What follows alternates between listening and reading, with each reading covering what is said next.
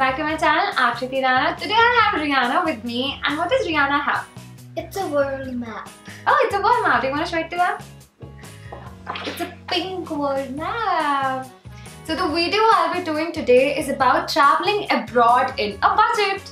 So you guys know that I've been traveling a lot, and it's not always that it's a brand collaboration. Many times I'm the one who's booking everything from scratch and traveling abroad in a budget. It's not always that I stay in good big hotels, but there are times when I stay in hostels and it's pretty reasonable for me. And I've mentioned that time and again on my stories, and a lot of you have been surprised that I go and stay in hostels and apartments, and you guys wanted to know how I book everything from scratch. So I'm going to tell you everything point wise, how I start and how I go about it, and how you can travel abroad in a budget.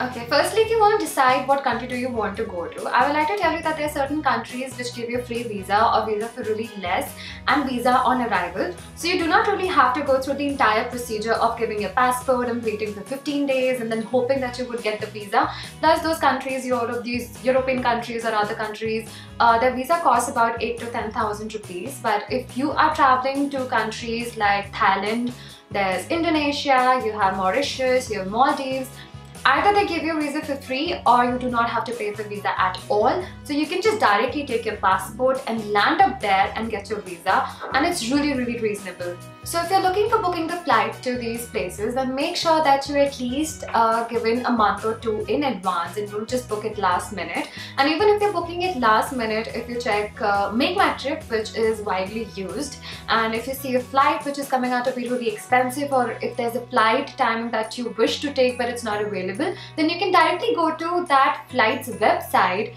and check for the prices. It's sometimes lesser, or sometimes the flight is available when it's not available on other platforms as well. You need to make sure that you check if they're providing you with luggage access, because these flights, what they do is normally they give you a very less price for you to travel, especially Air Asia, but they do not give you any luggage. So basically when you go there to the counter and you have some check-in baggage, they charge you a lot for it. So eventually your flight turns out to be as expensive as the other flight. So make sure that you check about that as well.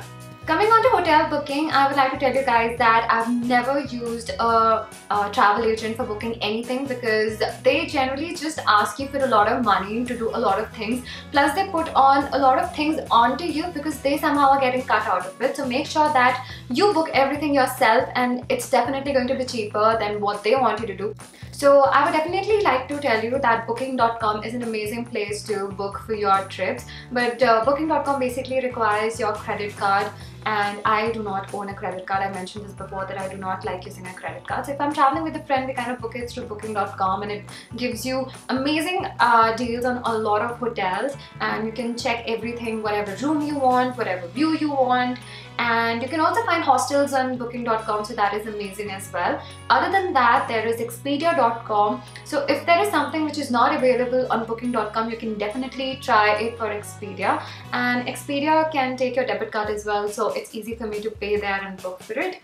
Also, off late I've been addicted to Airbnb, and I think they have some of the best places for really cheap, and yeah, you must try Airbnb.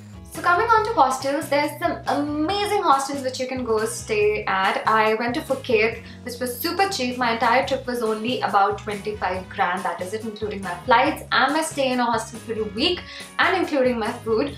And the hostel looked absolutely amazing. I also stayed in hostels in Madrid, which again looked super pretty. So when you imagine a hostel, it needn't be a hostel where the people sharing a dorm room and you have multiple beds. Hostels also have a private room. You might have to pay a little more, but then again, it's very small, compact. You have a lot of people outside to hang out with, a lot of young crowd to hang out with, and yeah, it's super convenient. Also, make sure to Google and check out about the places that you want to travel in certain months. So I wouldn't recommend you to go directly at totally the peak season also, because there'll be a lot of people there and the place would become expensive. But I think you should find a balance between the peak season and an off season. Like right before the peak season starts, maybe you can go there, or right after it's going to end, maybe you can go there, because during that time there aren't a lot of people, but places have started opening, and I think it's pretty reasonable during that time. To travel within the city in a reasonable way, taxis are always really expensive whenever you go abroad. What you can do is you can use the public transport. The public transportation outside is absolutely amazing. While I landed in Paris at the airport, we took like a public transportation pass which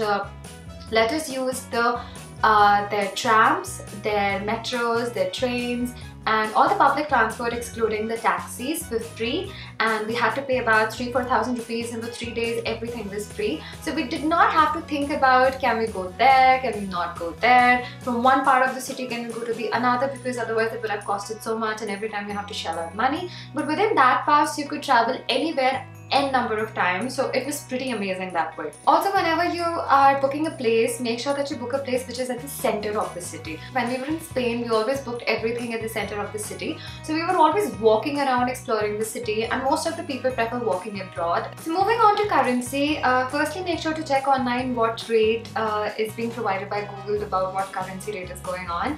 Then you can check with your respective bank about what rate they are giving you, or you can check with the Thomas Cook sort of companies which provide you with travel cards, which is super convenient to use.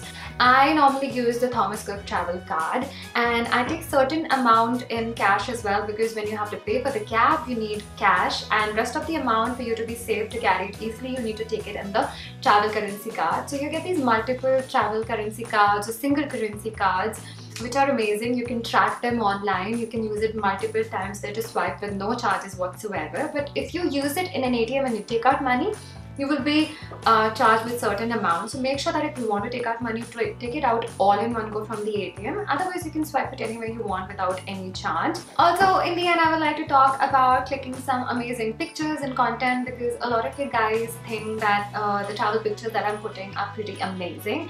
And if you guys want to really learn how to use Photoshop or edit, or what softwares are trending, and editing, everything related to photography and getting amazing pictures that you have been asking me about, then I think there is this really amazing platform called Skillshare, and maybe you guys can take online classes. And it's a platform for online learning which has above 25,000 classes on editing, design, photography, business and more. So if you want to subscribe to Skillshare, then I think it's really reasonable. It's just about $10 a month, and if you take a premium membership then you can get multiple courses for free, so you can just figure out what your New Year goals are and go about and do those classes for yourself. So even if you're just curious about certain things, or you want to fuel your creativity, or even work on your career, then I think Skillshare is a pretty amazing place for you. And the first 500 people who use the link in my description and register with Skillshare are going to get 2-month free trial. So please do check it out and let me know what course you're taking. So this is it, you guys. I really hope you enjoyed the video, and I hope I've covered every single point. This video is really close to my heart, is because I love traveling and I enjoy it so much, and I love talking to you guys about every single thing that I've learned so far while traveling. And if there's anything else that you guys want to know, please do comment down below and ask me, and I'll reply back to you. So happy traveling!